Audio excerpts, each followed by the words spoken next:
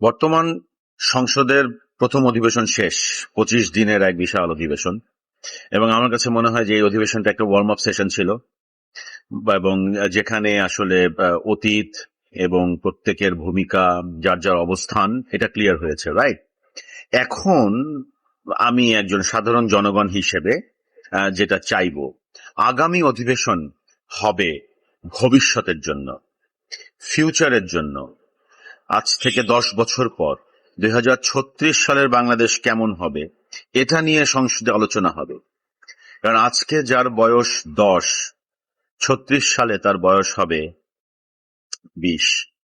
So এই যে 20 বছরের ছেলে বাংলাদেশকে কি দেবে, বাংলাদেশ থেকে কি পাবে, সেটা নিয়ে আগামী সংসদ যদি আলোচনা করে, technology, AI, empathy, positive mindset, problem solving, এই জাতীয় বিষয়, এবং এই বিষয়গুলো নিয়ে যদি সরকারি দল এবং বিরোধী দল একসাথে আলোচনা করে এবং এই ফিউচারিস্টিক বাংলাদেশকে নিয়ে তারা যদি ডিবেট করে, আমি মনে করি বাংলাদেশ আগামী 10 বছরের একটা রোডম্যাপ তৈরি করতে পারবে।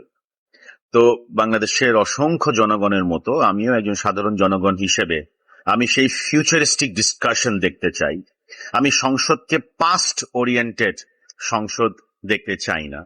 এবং আশা করি আমার এই ভিডিও যারা শুনেছেন বা শুনছেন, তারাও আমার সাথে হয়তো একমত হবেন।